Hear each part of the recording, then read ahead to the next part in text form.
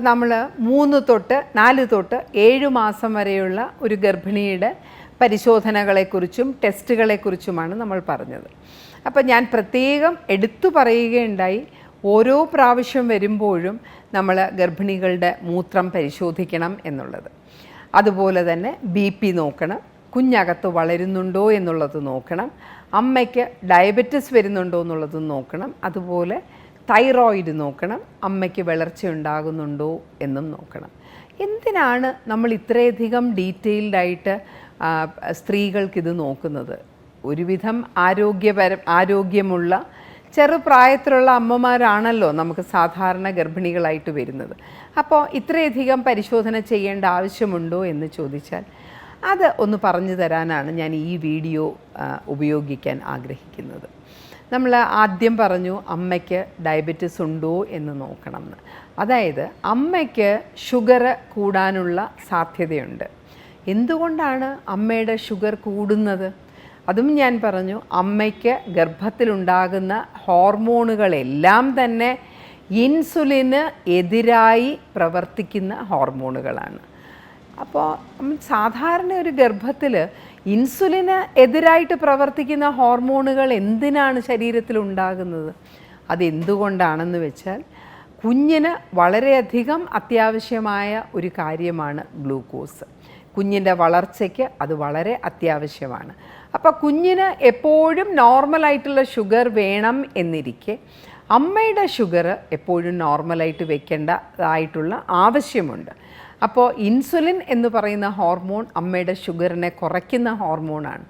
അത് ഇൻസുലിൻ ജോലി ചെയ്യുമ്പോൾ അമ്മയുടെ ഷുഗർ കുറഞ്ഞാൽ അമ്മയുടെ രക്തത്തിലൂടെ കുഞ്ഞിന് കിട്ടുന്ന ഷുഗറും കുറയും, കുഞ്ഞിൻ്റെ വളർച്ചയെയും ഓക്സിജനേഷനെയും ഒക്കെ അത് ബാധിക്കും. അപ്പോൾ എപ്പോഴും കുഞ്ഞിന് നല്ല ഗ്ലൂക്കോസ് കിട്ടാൻ വേണ്ടിയിട്ടാണ് ഈ ഇൻസുലിനെ ബാക്കിയുള്ള ഹോർമോൺസ് വന്ന് ഇൻസുലിനെതിരായി പ്രവർത്തിക്കുന്നത്.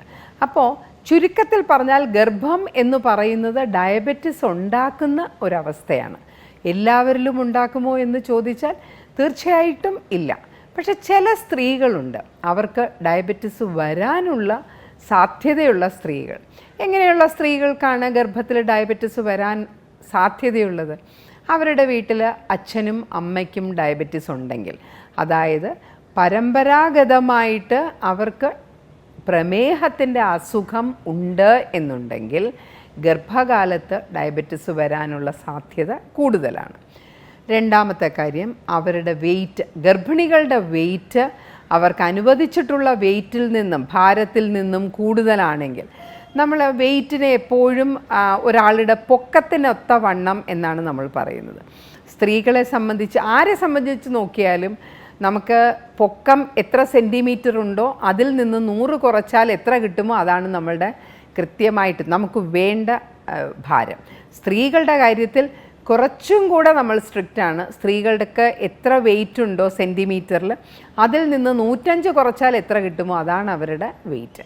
അപ്പോൾ ആ വെയിറ്റിലും കൂടുതലാണ് സ്ത്രീകളുടെ വെയിറ്റ് എങ്കിൽ, അതായത് ഗർഭം തുടങ്ങുമ്പോൾ തന്നെ 10-15 കിലോ വെയിറ്റ് കൂടുതലുള്ള സ്ത്രീകളാണെങ്കിൽ അവർക്കും ഡയബറ്റിസ് വരാനുള്ള സാധ്യതയുണ്ട്. പിന്നെ പോളിസിസ്റ്റിക് ഓവറി എന്ന് പറയുന്ന അസുഖം ഇപ്പോൾ സാധാരണമായി കാണുന്ന ഒന്നാണ്. അതായത് 100 പെൺകുട്ടികളുണ്ടെങ്കിൽ ഒരു 15 പേർക്കെങ്കിലും പോളിസിസ്റ്റിക് ഓവറി ഉണ്ട്. അവർക്ക് മാസക്കുളിയിൽ ബുദ്ധിമുട്ടുകൾ ഉണ്ടാകാം, ഗർഭത്തിൽ ബുദ്ധിമുട്ടുണ്ടാകാം, അബോർഷൻസ് ഉണ്ടാകാം. അതിനേക്കാളും കൂടുതലായിട്ട് പോളിസിസ്റ്റിക് ഓവറിയുള്ള കുട്ടികൾ ഗർഭിണികളാവുമ്പോൾ അവർക്ക് ഗർഭത്തിൽ ഡയബറ്റിസ് വരാനുള്ള സാധ്യതയുമുണ്ട്. പിന്നെ നമ്മൾ നേരത്തെ ഒന്ന് പ്രസവിച്ച് രണ്ടാമത്തെ പ്രസവക്കാരാണ് നമ്മളുടെ അടുത്ത് വരുന്നതെങ്കിൽ അവരുടെ ആദ്യത്തെ കുട്ടിയുടെ വെയിറ്റ് വളരെ അത്യാവശ്യമായി നമ്മൾ അറിഞ്ഞിരിക്കണം. ആദ്യത്തെ കുട്ടിയുടെ വെയിറ്റ് 4 കിലോയിൽ കൂടുതലുണ്ടെങ്കിൽ അതിൻ്റെ അർത്ഥം അവർക്കൊരു ഡയബറ്റിക് ടെൻഡൻസി ഉണ്ടെന്നാണ്. അങ്ങനെയുള്ള സ്ത്രീകളെയും നമ്മൾ ആദ്യത്തെ മാസം തന്നെ ഗ്ലൂക്കോസ് ടെസ്റ്റ് ചെയ്ത് അവർക്ക് ഷുഗർ എന്തെങ്കിലും ഉണ്ടോ എന്ന് നോക്കണം. അങ്ങനെ ഇല്ല എന്നുണ്ടെങ്കിൽ നമ്മൾ ഈ 6-ാം മാസത്തിൽ 75 ഗ്രാം ഗ്ലൂക്കോസ് ചലഞ്ച് കൊടുത്ത് അവരുടെ ടെസ്റ്റ് കൂടുന്നുണ്ടോ എന്ന് നോക്കണം.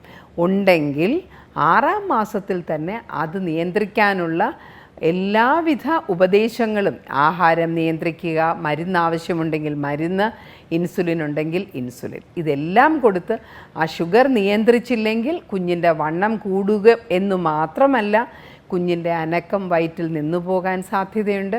ആ കുഞ്ഞ് പ്രസവിച്ച് വെളിയിൽ വന്നു കഴിഞ്ഞ് അത് ഒരു അഡൽട്ടിലേക്ക് പോകുമ്പോൾ അവർക്കും ഡയബറ്റിസ് വരാനുള്ള സാധ്യതയുണ്ട്. അപ്പോൾ ഇത് ഇത്രയും ഗർഭിണികൾ അറിഞ്ഞിരിക്കേണ്ട കാര്യമാണ്. നന്ദി, നമസ്കാരം.